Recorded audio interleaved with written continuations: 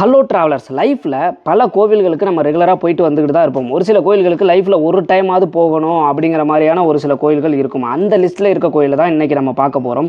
இந்த ஒரே இடத்துல ஒரே கோயிலில் இந்த ஒரே மலையில் இவ்வளவு அதிசயங்கள் இருக்கா அப்படிங்கிற மாதிரி ஆச்சரியப்படுற அளவுக்கு தான் இந்த கோயில் இருந்துச்சு. ஸோ இப்போ நம்ம எங்கே வந்திருக்கோம், இந்த கோயிலோட வரலாறு என்ன, இதுக்கு எப்படிலாம் வரலாம், இந்த கோயிலோட ஓப்பனிங் க்ளோசிங் டைம் என்ன அப்படின்ற எல்லா டீட்டெயில்ஸையும் இந்த வீடியோவில் பார்க்கலாம்.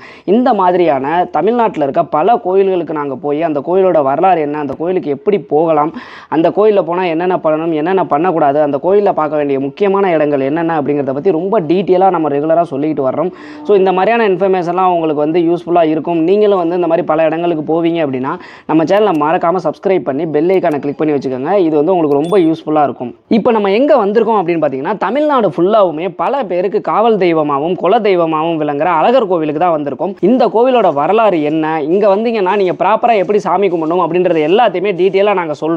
இந்த கோவிலில் ஒவ்வொரு இடத்துக்கும் ஒவ்வொரு விதமான வரலாறு இருக்குது. ஸோ அது என்ன அப்படிங்கிறதையும் சொல்கிறோம். வீடியோவை கடைசி வரைக்கும் பாருங்கள். அதுக்கு முன்னாடி அழகர் கோவிலுக்கு எப்படி வரலாம் அப்படிங்கிறத பார்த்துடலாம். நீங்கள் காரில் வர்றீங்க அப்படின்ற பட்சத்தில் லொக்கேஷனை நாங்கள் டிஸ்கிரிப்ஷனில் கொடுக்குறோம். நீங்கள் காரில் வந்தீங்க அப்படின்னா கூகுள் மேப் போட்டு நேரடியாக அழகர் கோவிலுக்கு கார்லேயே வந்துடலாம். அதே இது நீங்கள் பஸ்ஸில் வர்றீங்க அப்படின்ற பட்சத்தில் நீங்கள் மதுரை வர்ற மாதிரி இருந்தால் மதுரை மாட்டுத்தாவணியிலேருந்து அழகர் கோவிலுக்கு அடிக்கடி பஸ் இருக்குது. அதே இது நீங்கள் புதுக்கோட்டை, காரைக்குடி இந்த சைடில் இருந்தெல்லாம் நீங்கள் வர்ற மாதிரி இருந்துச்சு அப்படின்ற பட்சத்தில் நீங்கள் மேலூர் மேலூரில் இருந்து அழகர் கோவிலுக்கு அடிக்கடி பஸ் இருக்குது. நீங்கள் மதுரை போக தேவையே கிடையாது. நீங்கள் அழகர் கோயில் இறங்கணுன்னே ஃபஸ்ட்டு 18ஆம் படி கருப்பரை கும்பிட்டுருங்க. அதுக்கு காசு கொடுத்தும் போகலாம், பொது தரிசனத்திலையும் போகலாம். நாங்கள் பொது தரிசனத்தில் தான் போனோம். நாங்கள் போனப்போ ரொம்ப கூட்டம் அதிகமாக இல்லை. கூட்டம் எப்படி இருக்குங்கிறத பார்த்துக்கிட்டு நீங்கள் காசு கொடுத்து போகிற மாதிரி இருந்தாலும் போங்க. போயிட்டு 18ஆம் படி கருப்பரை பார்த்துட்டு அடுத்தது நேரம் நீங்கள் அழகரை பார்க்கறதுக்கு போயிடாதீங்க. அதுக்கு முன்னாடி நீங்கள் நிறையா பார்க்க வேண்டியது இருக்குது. அது என்ன அப்படிங்கிறத சொல்கிறேன். நீங்கள் மலை ஏறலாம். மலை ஏறுறதுக்கு கார் போகிறதுக்காக ரோடும் போட்டிருக்கிறாங்க. இல்லை நடந்தே போகிற மாதிரியும் பாதை இருக்குது. நீங்கள் அதில் உங்களுக்கு எது பெஸ்ட்டோ அதை நீங்கள் சூஸ் பண்ணிக்கோங்க.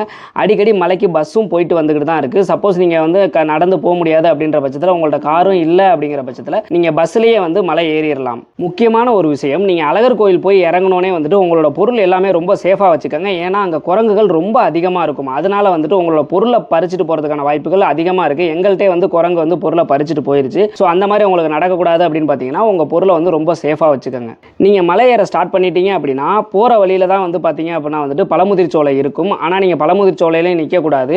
அதுக்கு மேலே நீங்கள் போகணும். அதே இது பஸ்ஸில் போனீங்க அப்படின்னாலும் பழமுதிர் சோலைக்கு கொஞ்சம் மேலே வண்டியை நிப்பாட்டிடுவாங்க. ரொம்ப தூரம்லாம் கிடையாது, பக்கம் தான். ஸோ அங்கேருந்து இறங்கி நேராக ராக்காயம்மன் கோயிலுக்கு நடந்து போயிருங்க. நேராக போயிட்டு ராக்காயம்மனையும் ஃபஸ்ட்டு கும்பிடக்கூடாது. அதுக்கு முன்னாடி நூபுர தீர்த்தத்தில் நீங்கள் குளிக்கணும். நூபுர தீர்த்தத்துக்கு மிகப்பெரிய ஒரு வரலாறு இருக்குது. அது என்ன அப்படிங்கிறத சொல்கிறேன். இன்றளவுமே அந்த நூபுர கங்கை எங்கேருந்து உருவாகுதுன்னு யாராலுமே கண்டுபிடிக்க முடியல. அதே மாதிரி இந்த நூபுர கங்கைக்கு எப்பேற்பட்ட நோயையும் தீர்க்கக்கூடிய சக்தி இருக்குது அப்படின்னு சொல்லி நம்பப்படுது. ராக்காயம்மன் கோவிலும் நூபுர கங்கை தீர்த்தமும் ரொம்ப பக்கத்தில் தான் இருக்கும். நீங்கள் போகிற வழியிலே ராக்காயம்மனுக்கு சேலை வாங்கிக்கங்க. அதே மாதிரி நூபுர கங்கை தீர்த்தத்தை பிடிக்கிறதுக்காக கேனும் வாங்கிக்கங்க. இதை வாங்கிட்டு நீங்கள் படியேற ஸ்டார்ட் பண்ணுங்க. இந்த படி ரொம்ப கஷ்டமாக இருக்கும், ரொம்ப மூச்சு வாங்கும், ரொம்ப பொறுமையாக ஏறுங்க. அதே மாதிரி போகிற வழியில் குரங்குகள் தொல்லையும் கொஞ்சம் அதிகமாகவே இருக்கும். கொஞ்சம் சேஃபாகவே போங்க.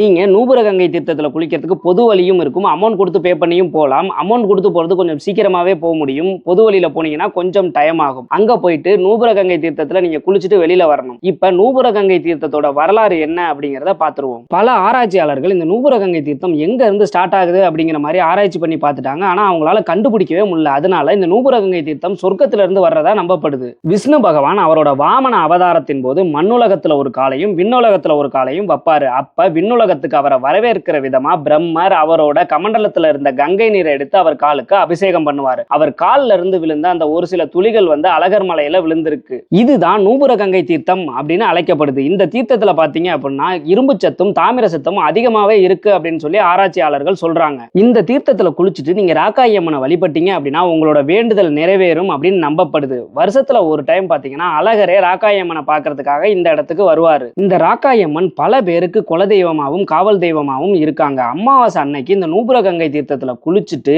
ராக்காயம்மனை வழிபட்டீங்க அப்படின்னா சகல நோய்களும் தீர்ந்து சகல செல்வங்களும் உங்களுக்கு கிடைக்கும் அப்படின்னு நம்பப்படுது. நீங்க நூபுர கங்கை தீர்த்தத்துல குளிச்சிருங்க. அடுத்தது ராக்காயம்மனை வழிபட்டுருங்க. அடுத்ததா நீங்க போக வேண்டிய இடம் முருகனின் அறுபடை வீட்டுல 6ஆம் படை வீடான பழமுதிர் சோலை. இங்கதான் முருகன் அவ்வைக்கு சுட்ட பழம் வேணுமா சுடாத பழம் வேணுமான்னு கேட்டது. அந்த மரம் இன்றளவுமே அந்த இடத்துல இருக்கு, பார்க்க மறந்துடாதீங்க. அதே மாதிரி இங்கதான் வெற்றிவேல் முருகன் அப்படின்ற வார்த்தை உருவானது. அறுபடை வீட்டிலே ரொம்ப சின்ன படை வீடுனா இதை சொல்லலாம். இங்க பாத்தீங்க அப்படின்னா காலையில இருந்து ஈவினிங் வரைக்குமே அன்னதானம் ரெகுலரா நடந்துகிட்டே இருக்கும். ஸோ இங்கே நீங்கள் சாப்பிட்ருங்க.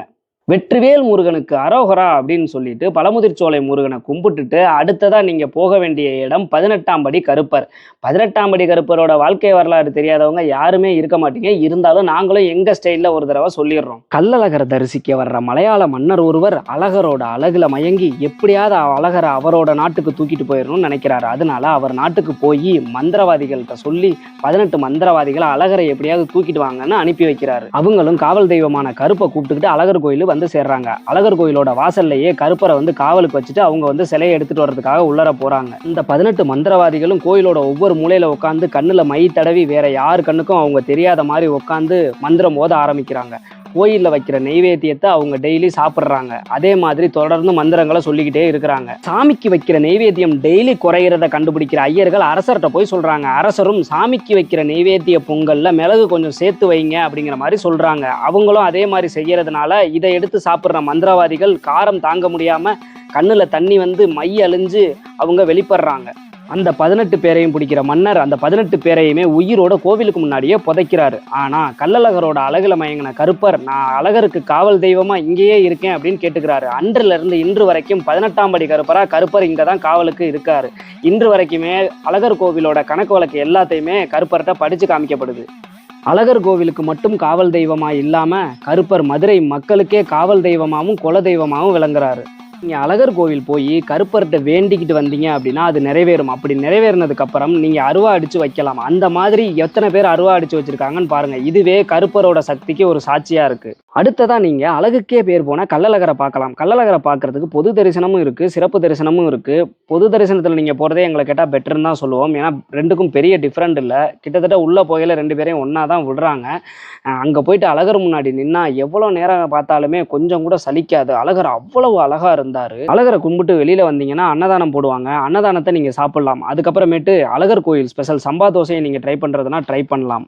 அழகர் கோயில் நீங்கள் போயிட்டு சாமி கும்பிட்ற முறை இதுதாங்க. ஒரு சிலர் அப்படி பண்ணுறது கிடையாது. என்ன பண்ணுறாங்கன்னு கேட்டிங்கன்னா கருப்பர் கோயிலுக்கு போகிறாங்க, கருப்பரை போய் பார்த்துட்டு சாமி கும்பிட்டுட்டு அழகரை போய் கும்பிட்டுட்டு திருப்பி ரிட்டர்ன் வந்துடுறாங்க. ஆனால் தவறான வழிமுறை இது. நீங்கள் ஃபஸ்ட்டு என்ன பண்ணணும்னா ராக்காயம்மன் கோயிலில் போயிட்டு குளிச்சுட்டு ராக்காயம்மனை கும்பிட்டுட்டு அதுக்கப்புறமேட்டு நீங்கள் கீழே வரணும். கீழே வந்து பழமுதிர்ச்சோலையில் முருகனை கும்பிட்டுட்டு அதுக்கப்புறமேட்டு கருப்பர் கோயிலில் சாமி கும்பிட்டுட்டு திருப்பி வந்து நீங்கள் அழகரை பார்க்கணும். அழகரை பார்த்துட்டு அதுக்கப்புறம் நீங்கள் வீட்டுக்கு போகணும். ஸோ இதுதான் சரியான முறை.